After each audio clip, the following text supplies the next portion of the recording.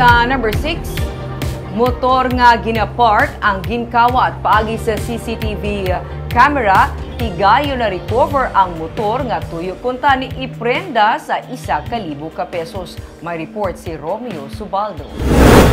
Domingo, mga alas 3:30 sang hapon, ginkawat ang nagaparking ang motor sa guwa sang isa ka vulcanizing shop sa may Malaspina Street sa Barangay Villamonte sa Bacolod City.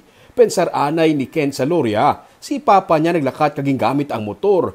Mga 1 ka oras na nagligad, nadeparahan ni papa niya nga wala na ang ilang motor.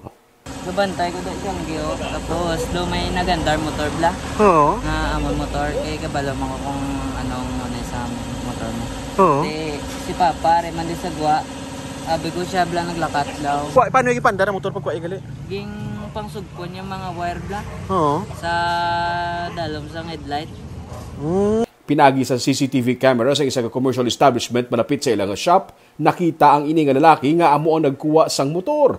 Wala siya sang tabon sa itsura.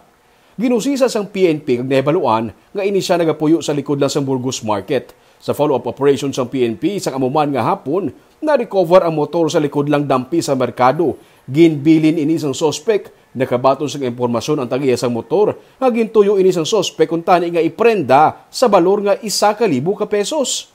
Ginpangkaksa na ini sang sticker kag pinta para hindi madali-dali identify sang tagiya. Parking lang? Nang ibilig iprenda ya kuno tanay. Tapos sa kilala man sa amon man nagbulket tigin prenda bla.